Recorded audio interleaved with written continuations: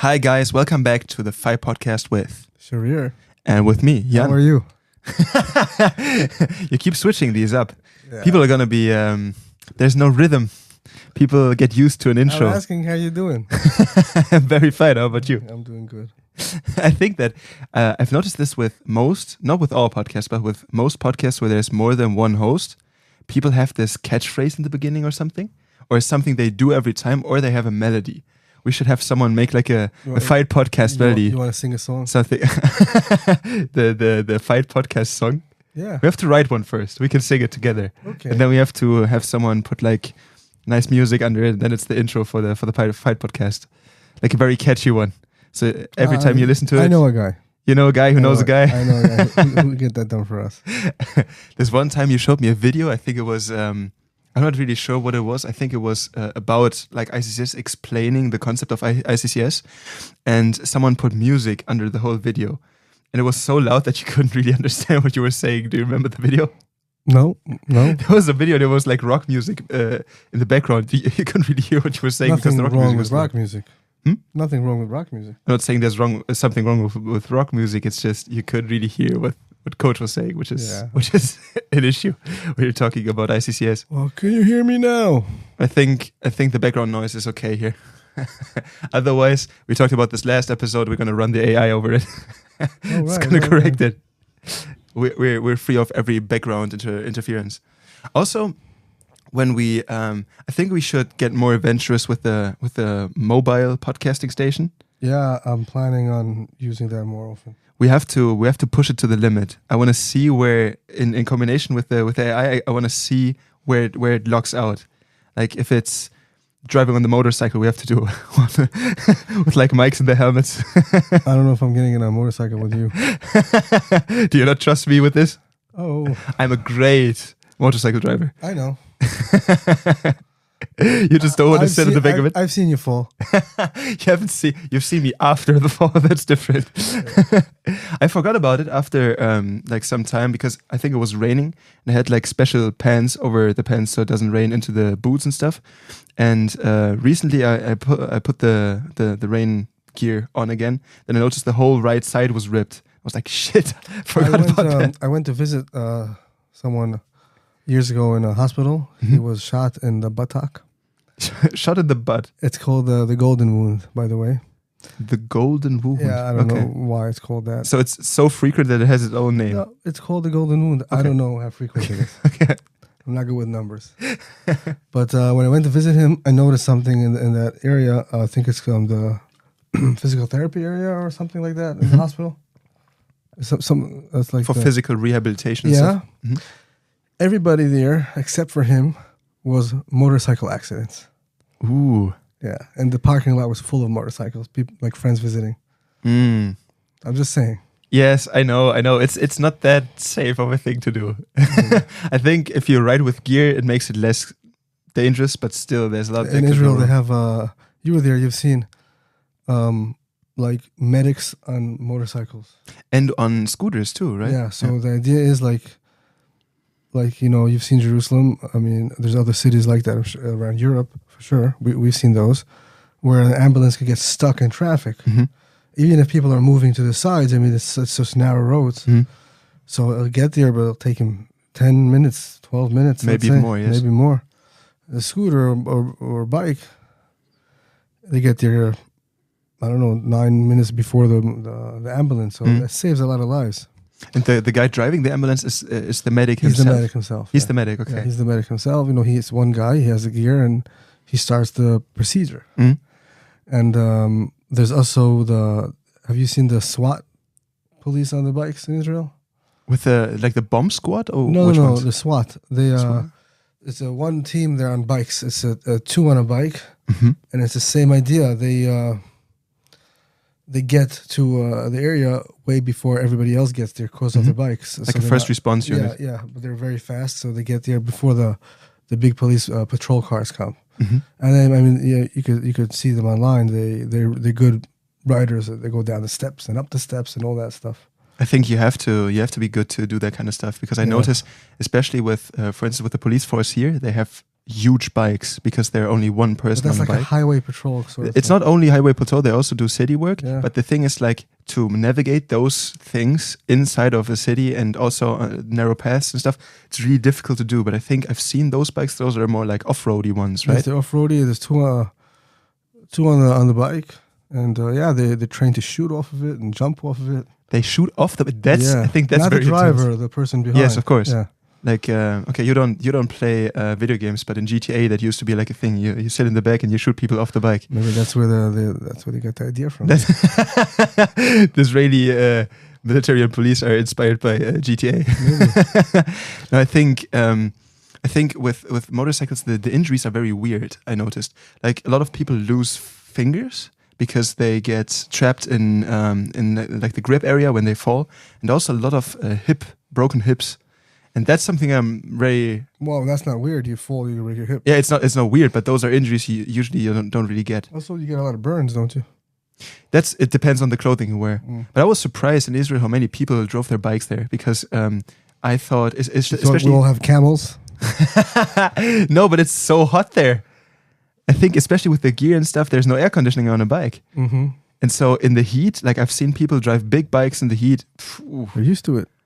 But also I saw in Italy, for instance, when you look at the people driving the bikes there, nobody's wearing gear. They drive big bikes, no gear. In Israel, they still have the gear on. Because you have to have by law. You have to have not only the helmet, but the gear too. I'm pretty sure you have on a bike. Oh, that's interesting. Not a scooter. I don't think a scooter, but a bike. I think you have. I might be wrong about this. So, I mean, who really cares, right? But I think on a bike you have to have the gear. Oh, that's interesting because in Europe, in most places, you just have to wear the helmet. Mm. But also here, if you get caught without a helmet, it's like a 15 euro fine or something. It's not that bad. But driving it's like I've met people who lost their spouses to those kinds of accidents. They drove without a helmet once, and then one time they crashed and they died. And it's like that's why you have to be very careful with you can never underestimate the bike thing. Don't hurt your head. Yeah, that's basic rule number one. Okay. Also, I think don't block with your face. Those are wise words for all the motorcyclists out there. Don't block with the head. Yeah. Have you ridden a motorcycle? I have. Yeah, I used to ride one with a friend to the army, actually. To the army? Yeah. Every time we would go, we would ride the motorcycle. Through the desert? Everybody always assumes all we have is desert. No, but I've seen through the desert, where the bases are. So it's open road. Why not? Yeah, but I just can't get behind the idea that you would ride a motorcycle in that kind of heat. Why not? You feel like a badass with the uniform and everything. It's like okay, that could look kind of cool. It's very alpha. Shooting guns in the air. I just imagine you looking like Tom Cruise in Top Gun, like open shirt, glasses. And I haven't seen the movie, but yeah, like a 25-year-old Sharia on a bike. You better believe it. And back in those days when you said you rode to the base, that was still when you were was that in like the early days of the army? Like how long is was that still like in your? That was like in the older days. No, in the new days. I mean, like the very beginning, I would take the bus.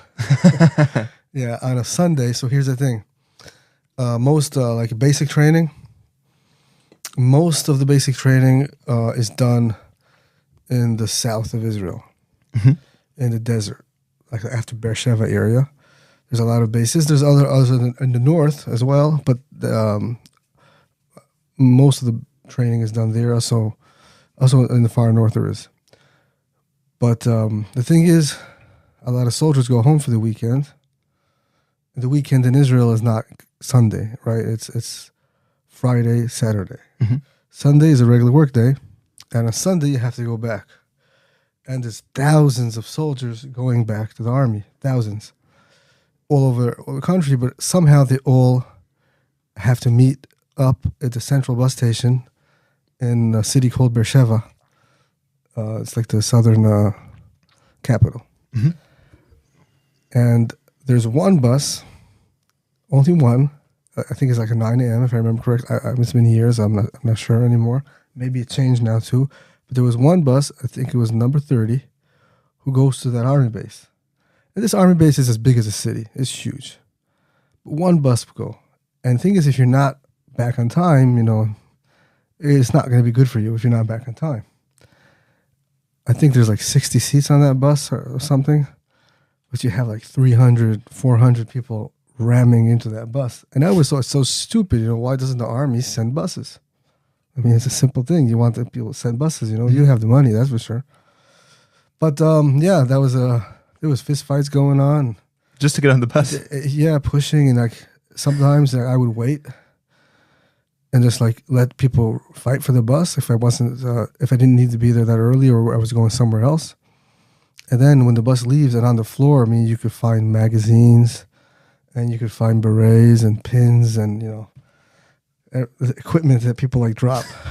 In the fist. Because you have all these, young soldiers, like they're not, because they're in basic training and everything.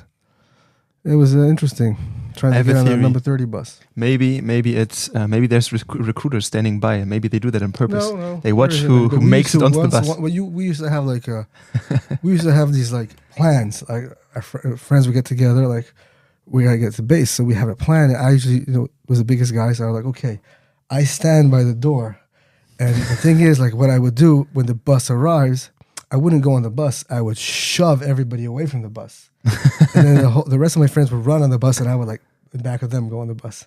Just jump on. Yeah, so they would throw me, literally. They would all hold me. I was standing sideways towards the door, and they will hold me, like make like a train sort of thing, hands on the shoulders. And when the bus stopped, they all push me on the rest of the people with my shoulder, like a tackle, boom.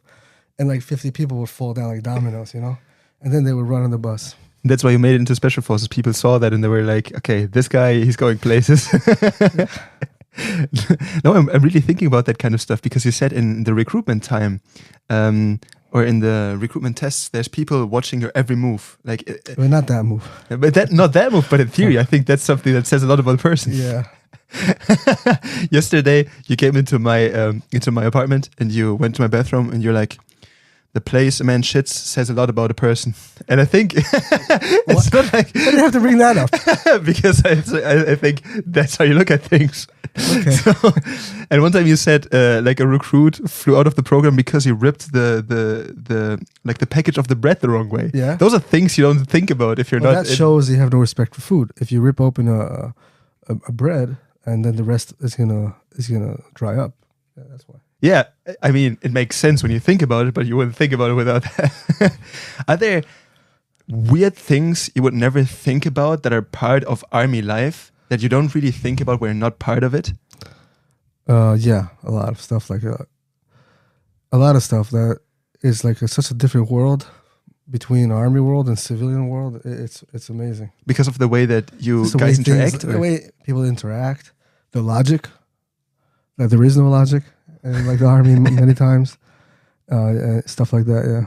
What is if you think about if I think about the way that the army is structured because of the very strict like hierarchy, I always think about the stuff that people get orders for, like things you wouldn't think about. If you had to think about it, like what is the weirdest order you ever received? No, that's not. I don't mean.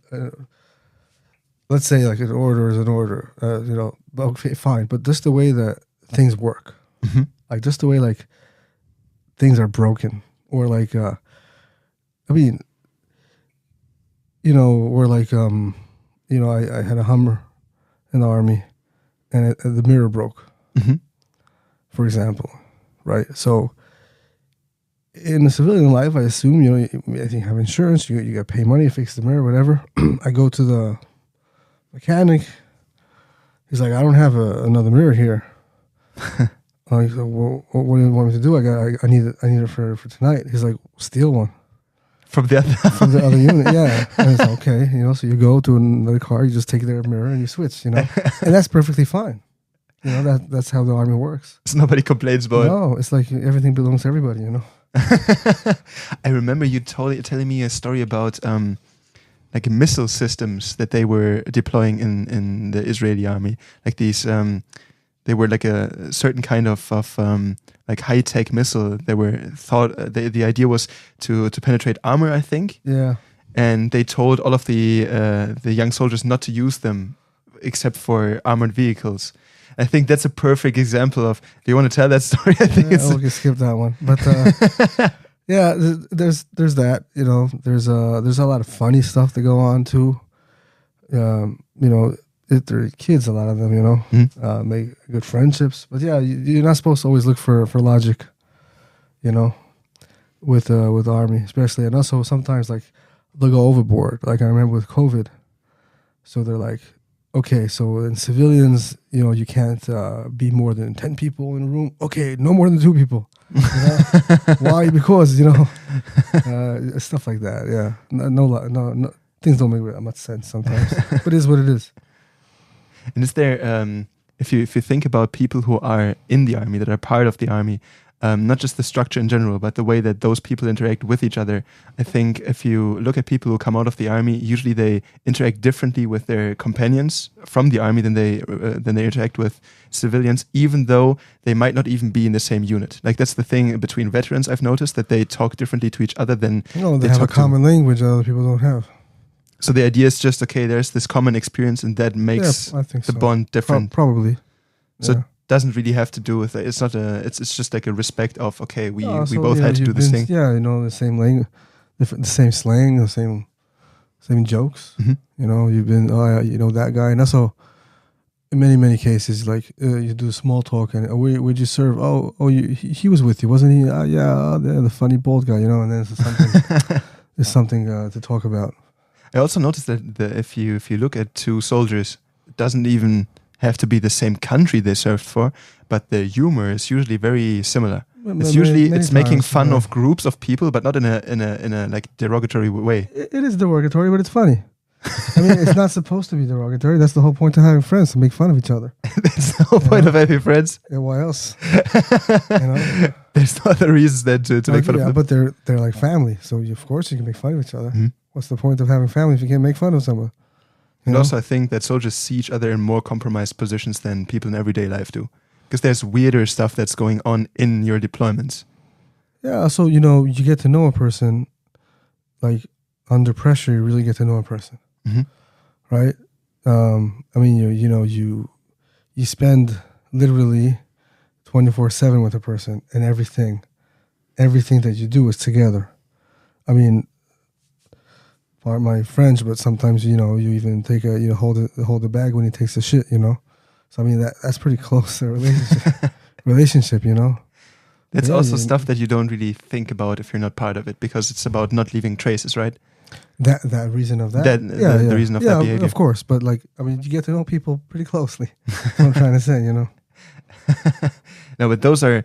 I think that's something that if you look at the way that that those units think, because these things are part of everyday life there. It's like, okay, you're on deployment, you can't leave traces, you can't leave all of these things. Yeah, but if you even... okay, continue. And I think that's something where if you have people from everyday life, it's hard to relate to that kind of stuff, because like, I have to shit in a bag, why should I shit in a bag? What's the point of that? The point is you don't want to die.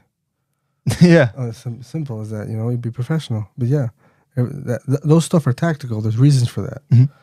You know, there's reasons for shit in a bag and peeing in a bottle, yeah, you know, and only eating gummy bears for 3 days. Only eating gummy bears? Yeah, that's an example. That sounds very healthy. The army doesn't really care that much about your health for the long term, for what I found. It's just short term. It's about you have to get the job done, and then it's... Yeah. I think that's also... a big problem in Israel, for example, is PTSD. Soldiers, mm-hmm. They don't get really very good care afterwards. Maybe other countries do, but not. They do. There's care, of course, but I think it could be much better. Mm-hmm. You know, maybe because there's so many, or maybe because they don't know how. I don't know why, but you know, short term they'll need them, but long term it's not that important. Mm-hmm. So you think that's about not really recognizing the problem, or about being overwhelmed? I don't know. This is not, you know, I'm not an expert on that topic. Mm. So I don't know. I don't want to just talk nonsense. Mm. But yeah, you can see it's a problem. And also, like, I've seen sometimes people who have like PTSD, but they're really good soldiers. Really good soldiers. I mean, they're excellent at what they do, but outside in the real world, they can't cope with people. That's sometimes it's sad, but like the army's like, okay, that's good for us. You know, we don't need them outside. You know, but so they don't really think about it because that person works in the field, or yeah, it but works outside. in that. Like I know a guy, he divorced his wife, and he can't cope with the real world, but he could. In the army is the only place he feels like he feels comfortable. Yeah, yeah, also could be a problem. I've seen a very big difference there in if you look at most of the European. I think, for instance, the German army, that's one that's more close to me. You see that, in my opinion, that the system that is put in place for PTSD soldiers is, the issue is that the people who treat them don't really understand what those people have seen. And you see that there's an issue with relatability between them. I don't know much about why. But I think that's the issue, or that's the also, difference. There might be a trust issue too. Sometimes people try to sue the army for like disability. And like, okay, prove it. You know, you have to prove that you have. Yeah. Yeah. Okay. Right. So let's say I'm a disabled veteran. All right. I don't know if you know. I'm a disabled veteran. I didn't have to prove anything. I never sued the army, or not the army. I never sued the Ministry of Defense. The army sued the Ministry of Defense for me on my behalf automatically, because I was obviously injured. Right. It's easy to prove. Yeah. I was physically injured. So like, okay, I don't need to prove that I was shot. Look, I was shot. You know. Look at this. Yeah. Yeah. I mean, look. Right. So in that case, they will help you. They will sue the army for you, the Ministry of Defense for you. You know, and then they're gonna stay with you until you get your disability. If you want, it goes by percentage, like 10%, 12%, 19%, whatever. If you're not happy with what you get, then you might need a lawyer and sue them for more. I never did that, you know, but whatever, right? I'm not really disabled, no. Yeah, you don't. If someone meets you don't seem disabled. Yes. Yeah. I can't rotate my left shoulder anyway. Okay, I can still throw a very good punch. So there's that. But if you say, I have PTSD, I don't sleep anymore at night. Okay, prove it. And it's also very hard. It's hard to prove sometimes, and also it's humiliating to prove, right? Because you get drilled on not showing, and let's say, quote unquote, weakness, which is something you have to. And people are embarrassed to say, like, you know, they can't function, for example, sexually. They're not going to say that, you know, or stuff like that. I'm not in the business of mental health, so I'm not an expert. I don't know, but it's the same as, like, you know, ever since I was in the army, my back really hurts. Prove it. You know, did you prove pain? I mean, if you have a paper trail, like that you fell, you know, off a ladder and you got hurt and your back hurts, since then, you know, it's easier. But if, like, what happens if 3 years later your back starts really hurting and has, you know, that it's going to be hard to prove. Or you can't sleep, like things you can't really prove the relation of. I know a guy who he's a swim teacher, an older man. He fought in the 1973 war. It's called the Yom Kippur War. Do you ever hear of it? Yeah. He was a tanker, and he went to the doctor years later. I mean, he told me this story 5 years ago, so years later, right? And some checkup, and he's checking his hearing because he's getting older. He says, "Man, you can't hear anything out of one ear. Like, you never noticed? Like, you hear like 3%. Were you ever close to any explosion?" He has to think. He says, "Yeah, you know, in the 1973 war, my tank ran over a landmine." And he said that was a crazy explosion, and my ear was ringing for weeks. He said, "Well, you lost your hearing in that ear." So now only he's suing the Ministry of Defense And then it's hard to show. But that's like, look how many years passed. Yeah. I think also the issue is with physical stuff, because there's so much history behind the field of we're fixing back together people. I think the issue is, I have a friend who worked with soldiers who fought in the Yugoslavia war in Eastern Europe. And the issue is with those people, that was in the 90s, and you still have people from that time that still are in treatment that don't really get better with that. And the issue there is just, for one, the people who treat them can't really relate with the issue that they're going through, and the second one is they don't really know how to treat them. And that's because it's just a very new field. Back when I still studied psychology, that was something that we were treated, or that we were told a lot, that this is a very new field of research. We don't know as much yet. And I think that's also the other side of it, that even if you get like recognition for the issue you have, it's difficult for those people to treat you because they don't really understand how to do it.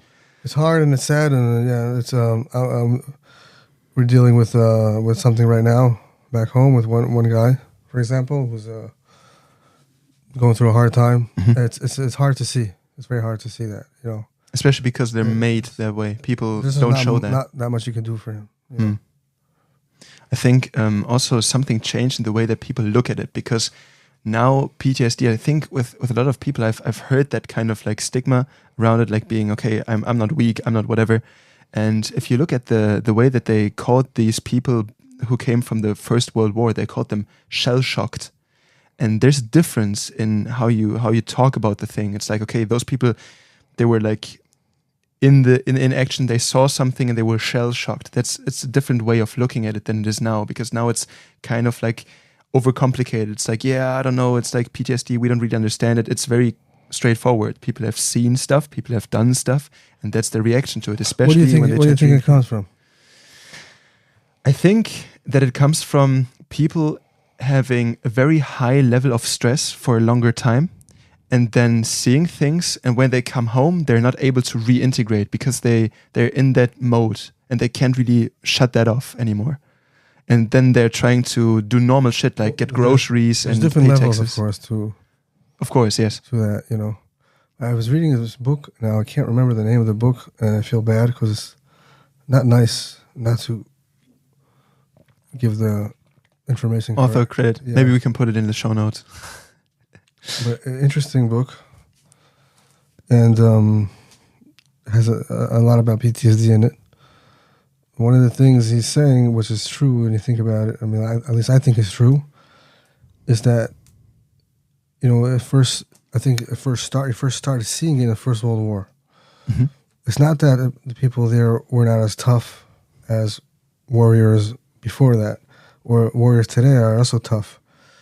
He says this because you started to fight at night with the light, and the fact that the lack of sleep. You see, if you fight during the day and you sleep during the night, it helps the body relax, right? But if you don't dream, it's very, very...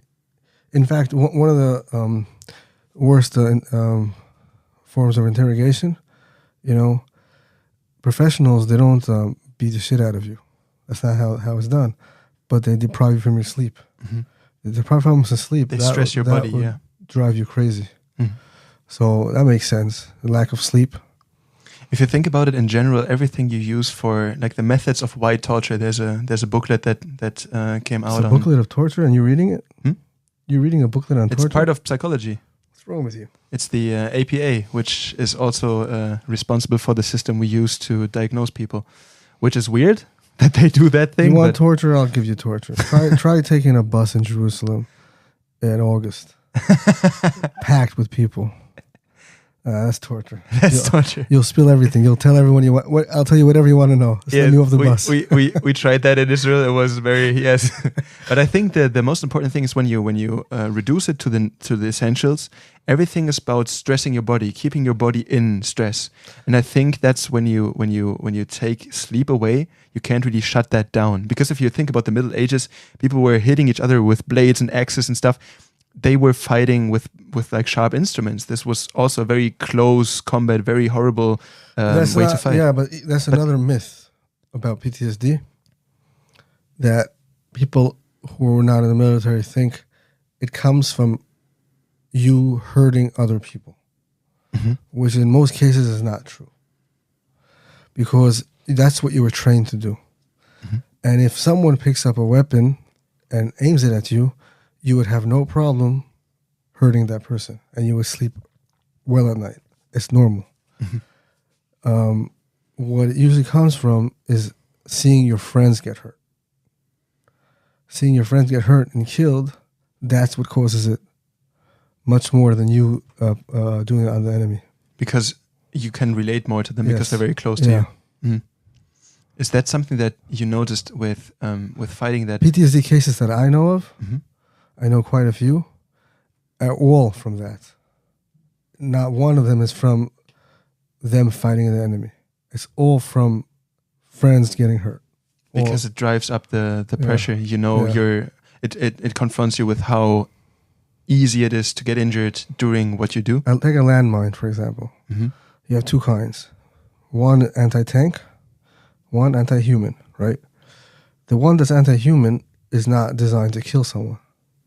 It's designed to take off his leg.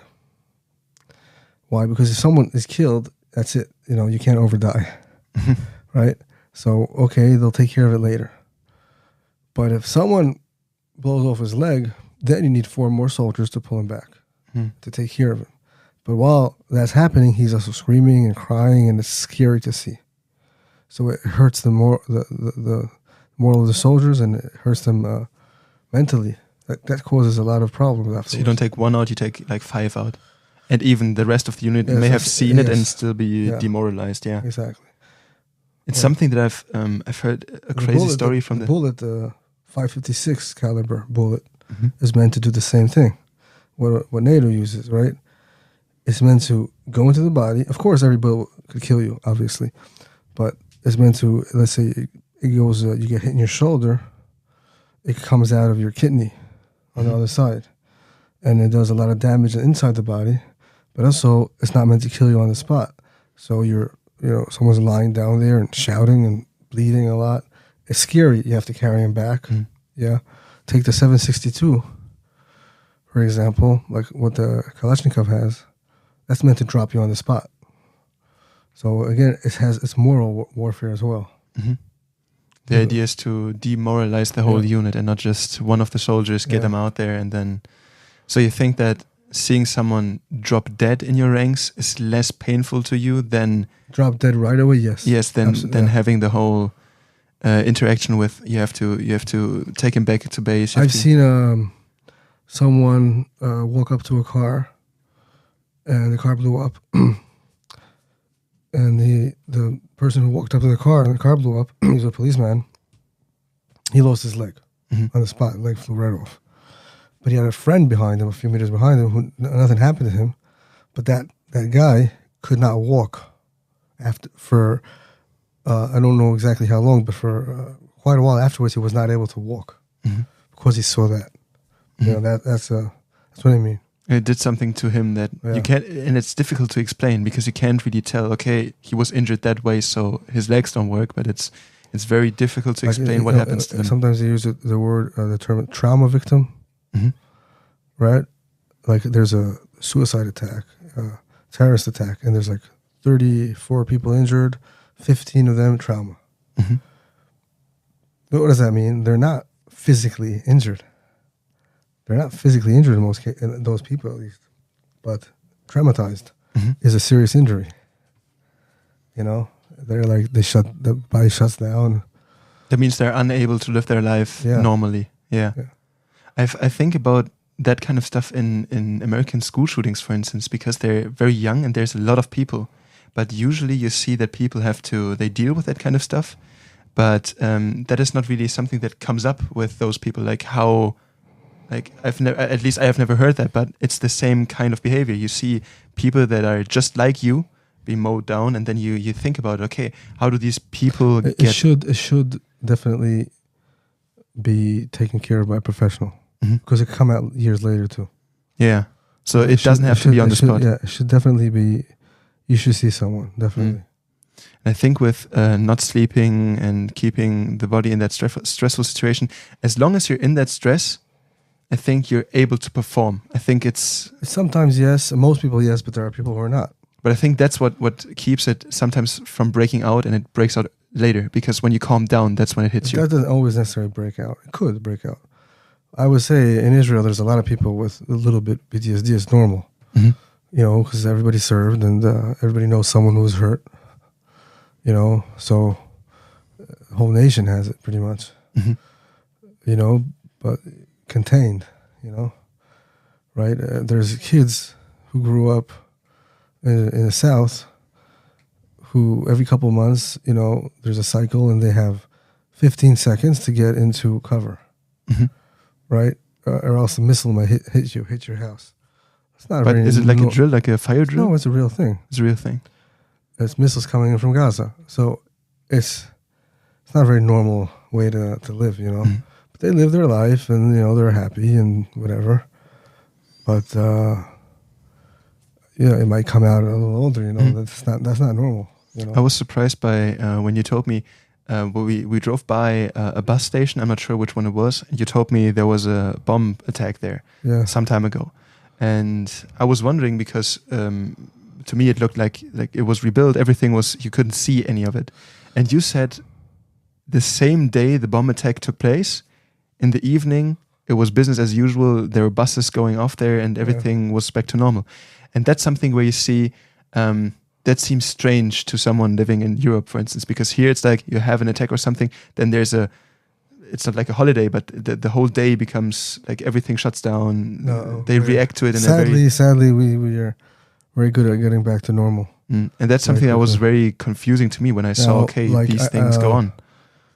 The city would provide you therapy if you ask for it. Mm-hmm. Most people don't even know that, but there's a number you could call if you were involved. But most people just carry on the day. It's a very different way of interacting with that than it is here. Yeah. Because you see I think one of the parts is that it's different when you have mandatory military service in a country that is not actively at war. I think that's very different, because then you have to serve, you have this whole education process, you do your thing, you do the basic, you do the boot camp. But then afterwards, usually you're deployed somewhere to guard something. You go home, everything is as usual. But if you see action, which there's countries that are constantly at some sort of conflict because it's at their doorstep, because they do it overseas, whatever the case might be, and you see those people come home differently, because that's different. If you're deployed, you see people get injured. You have this different approach to it, and it's like this is sometimes romanticized, but it's just part of being in a deployment. That's what happens. I think you notice that with the Israeli people when you're there, it's a very different experience than when you talk to, let's say, French or German soldiers who haven't been on deployment. It's a very different way of interacting. But you can see also that they're mostly very positive and happy. And yes, that was. I was confused by that. It was very. What do you want them to do? Be crying all day? But I mean, that's. I'm not sure if I want to say it's a choice, but it's a very different way to interact with those kinds of things. I was very pleasantly surprised, but I was surprised by it. First of all, Jewish people are very good with humor. A lot of Jewish comedians, and also black humor is number one thing we're good at, Mm-hmm. And you need it to survive. Mm-hmm. You need it, That's part of it too. But also it's sadly, it's the normal. It's normal over there. So okay, let's carry on with the day, Yeah. Sharia, I think this is where we conclude this podcast. Okay. Would you like to add something?